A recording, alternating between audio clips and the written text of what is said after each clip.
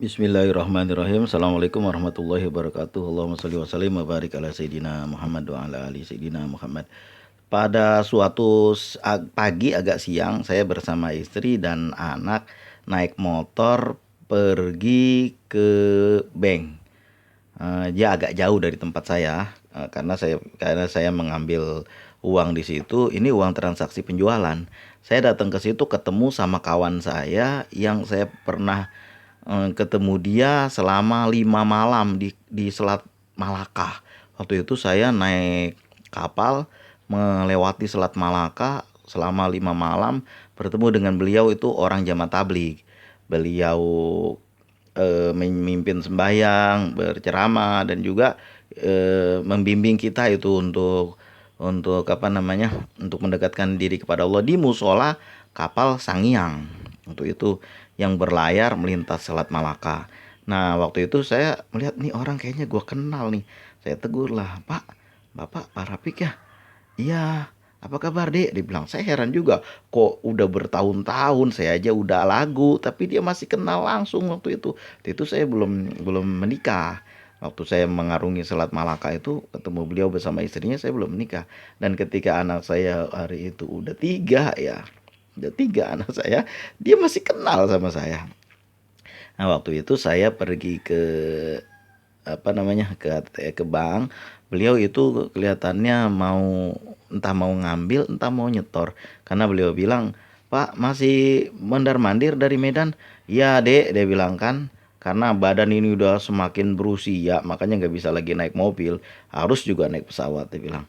Ya berbicara sebentar ala kadarnya, bukan panjang kali lebar, tapi bicaranya sebentar, karena nama saya udah dipanggil untuk tanda tangan untuk dibayar sama banknya. Nah, itu adalah pertama kali atau kedua kalinya, saya agak lupa, saya ke bank itu. Untuk apa tuh? Untuk ngambil kiriman dari luar negara.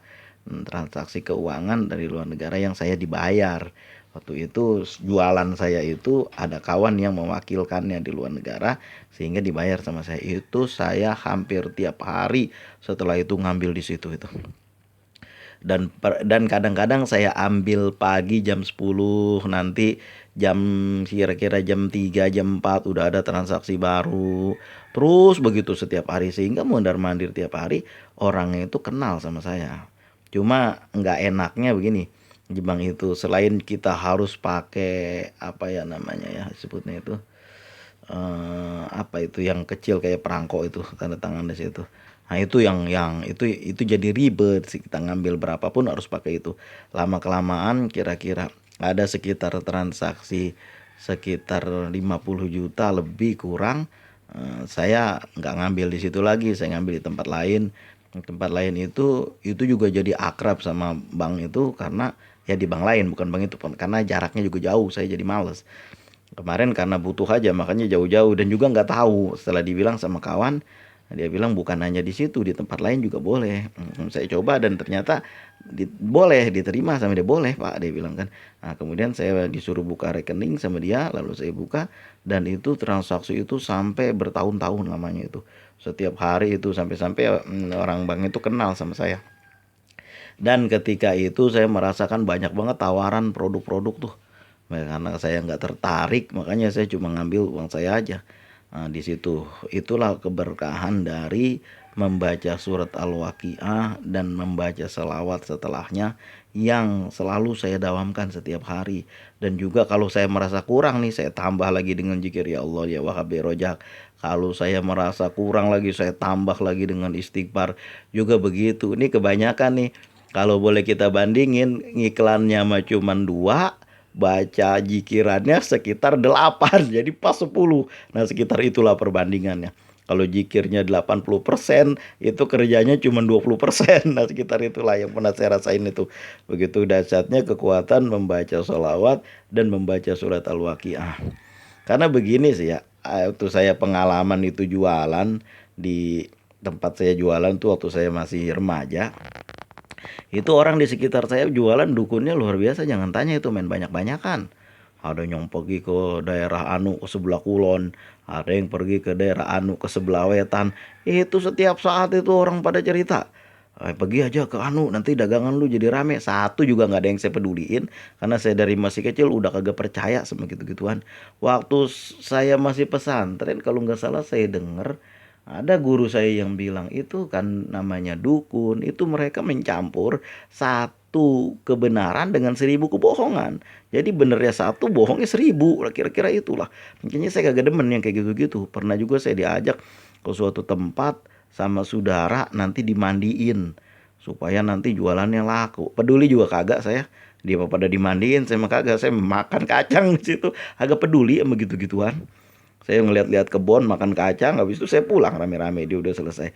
Ya dagangan saya ternyata yang paling rame. Enggak peduli sama gitu-gituan. Yang saya peduliin nih waktu itu nomor satu, yang saya yakin banget nih, membaca surat Al-Waqiah.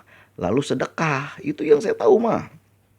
Nggak ada kata pakai bedukun-dukun lah, pergi ke dukun Mbah Anu lah, ke Mbah Anu, kagak percaya saya mah gitu-gituan. Pernah juga tuh saking penasarannya saya deketin, nih Mbah ini sembahyang jamaah nggak sih? Sebelum dia ngomong banyak-banyak saya perhatiin nih lapat yang dikeluarin ini bener gak nih tata bahasanya nih, menurut menurut tata bahasa Arab bener apa kagak nih. Aduh kata saya, bacanya aja salah-salah, bagaimana gak percaya dah saya dah. Lalu saya perhatiin, dia sembahyang jamaah apa kagak nih di masjid nih. Udah waktu ajan, kita udah bersiap-siap mau pulang, yaudah kita sembahyang. Ternyata masih tamu itu masih masih ada aja terima tamu. Alah, agak nggak denger lah saya yang kayak gitu-gituan. Makanya dari masih kecil, saya dari masih muda nih udah gak percaya sama nama gitu-gituan. Orang pada rame digantungin jimat ini jimat itu. Jimat gua surat Al-Waqiah sama sedekah itu aja. Itu aja waktu itu. Ya baca sholawat, cuma bacanya nggak banyak. Waktu itu kan saya belum begitu paham. Jadi saya baca cuman ya sekitar 7 kali atau 3 kali di awal akhir. Karena saya pernah ngaji kitab, kalau nggak salah kitabnya ini nih, kitabnya nih Tijan Durori kalau nggak salah tuh. Di situ guru saya cerita waktu itu bulan puasa, beliau membaca kitab itu lalu beliau berkata, suatu pertemuan majelis seperti kita ini apabila tidak dibacakan sholawat maka majelis itu akan berbau bangke, kalau nggak salah dia bilang kayak gitu. Kemudian apabila suatu pekerjaan yang kita kumpul bersama-sama tidak dibacakan sholawat maka dia akan gerumpung. Apa itu gerumpung? Itu ada yang kurang, nggak sempurna begitu. Maka mesti dibacakan sholawat. Begitu juga kita berdoa, kita minta kepada Allah, bacaan apapun ayat Quran, bacaan apapun zikir, itu kita awali dan kita akhiri dengan membaca sholawat. Nah beliau berkata begitu tuh, saya masih ingat itu. Dan waktu itu saya ngaji, kawan-kawan itu, saya dengar kalimat seperti itu. Itu bulan puasa ngajinya kitab ini nih, Tijan Durori. Makanya saya teringat. Nah saya nggak pernah percaya tuh sama yang namanya dukun-dukun kayak yang namanya jimat-jimat, wipik-wipik juga nggak percaya.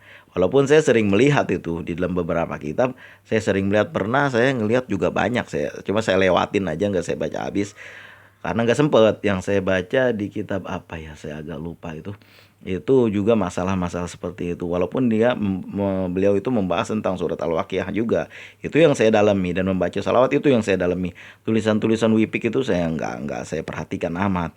Nah begitulah kisah yang saya pernah alami sendiri ketika saya masih apa namanya berjualan. Walaupun sekarang juga berjualan, cuma itu saya bilang tadi yang namanya jualannya cuma 20%, biji kira itu membaca selawat itu 80%, baca surat Al-Waqiah aja 80%. Jadi kebanyakan membaca itu ya daripada jualannya, tapi alhamdulillah hasilnya lebih banyak lagi. Allahumma sholli wa sallim wa barik ala sayyidina Muhammad wa ala ali sayyidina Muhammad. Ya semua juga dengan izin Allah berkahnya mungkin ya, yang kita nggak pernah tahu. Makanya kan saya pernah datang ke suatu kawan, ngobrol-ngobrol, kawan kuliah, dia bilang apa? Itulah katanya kan keberkahannya itu nempel. Bagaimana dosa kita juga nempel katanya kan. Ya bisa jadi, makanya itu Ka'bah apa namanya Hajar Aswad dulunya kan putih itu. Turun dari surga putih, dia lama-lama diciumin orang nempel dosa orang di situ. Dia bilang, saya ketawa-ketawa aja. Allahumma sholli wa sallim baik ala sayyidina Muhammad wa ala ali sayyidina Muhammad. Terima kasih atas segala perhatian. Mohon maaf atas segala kekurangan. Inilah keberkahan membaca sholawat yang pernah saya rasakan, biar dibarengi dengan membaca surat Al-Waqiah. Terima kasih atas segala perhatian. Mohon maaf atas segala kekurangan. Assalamualaikum warahmatullahi wabarakatuh.